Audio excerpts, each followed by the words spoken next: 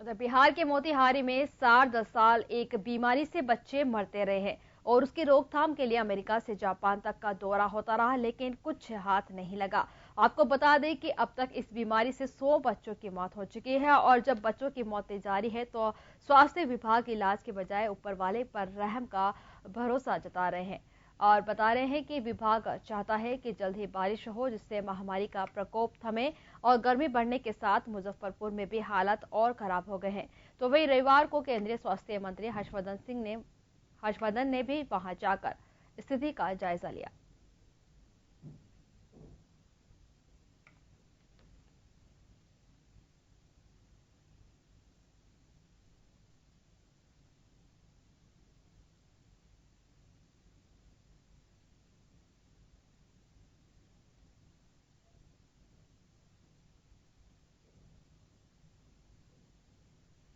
आपको बता दें कि मोतिहारी में लगातार बिहार में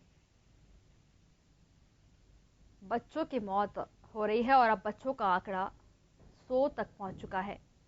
तो वहीं मुजफ्फरपुर में लू के से भी अब लोगों की मौत का आंकड़ा बढ़ रहा है। बता दें कि जब बच्चों की मौतें जारी है तो विभाग भी अब इलाज के बजाय ऊपर वाले के रहम पर भरोसा कर रहा है। और इस खबर पर हमारे साथ मोतिहारी से हमारे संवाददाता विवेक हमारे साथ फोन लाइन पर जुड़ चुके। जी विवेक, बिहार में इस कदर चमकी बुखार का और लू का कहर मचा हुआ है कि अब तक 100 बच्चों की मौत हो चुकी है, तो वहीं स्वास्थ्य विभाग भी अब हिम्मत हार चुका है। वो भी कह रहा है कि अब भगवान के भरोसे रहा जाए। क्या कुछ अब तक अपडेट है आपके पास इस पूरे आंकड़े को लेकर? जी जी जी, मैं बता दूं कि जिस तरह से आसमान से आग आग बरस रहा है, इसको लेकर कई बीमारी अब सामने आ रही है। उसमें खास करके अभी जो है बिहार और मोतिहारी में चमकी बीमारी का खासा प्रकोप देखा जा रहा है। मोतिहारी में अब तक लगभग 50 बच्चे इसके चपेट में आ चुके हैं, जिसमें से दर्जनों बच्चे की जाने जा चुकी है।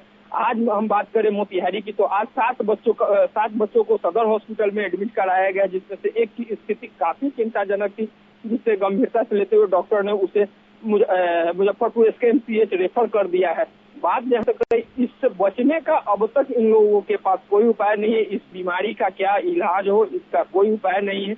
लोग बस इतना कर रहे हैं कि आप भाई प्रिकॉशन ले, डॉक्टर भी कर रहे हैं कि प्रिकॉशन लीजिए। जैसे आसमान से बारिश होता है उसके बाद ही जैसे मौसम ठंडा होगा इसका प्रकोप धीरे धीरे समाप्त हो जाएगा। लेकिन आखिर इससे बचा कैसे जाए, इसका उपचार क्या हो, इस पे अब तक किसी ने कुछ भी कहने से इनकार किया है।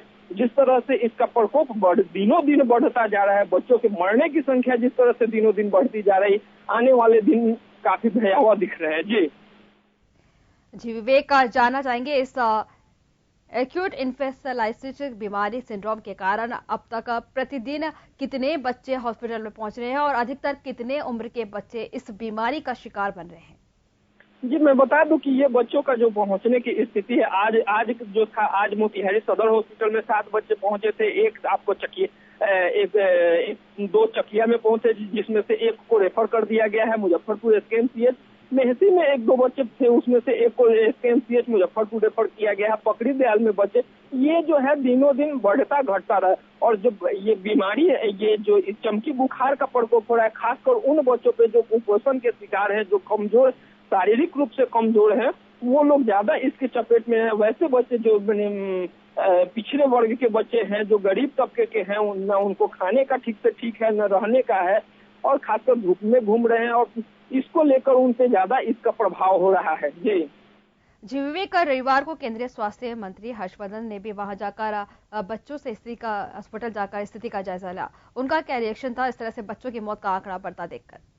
हालांकि ये कोई नई बीमारी नहीं है।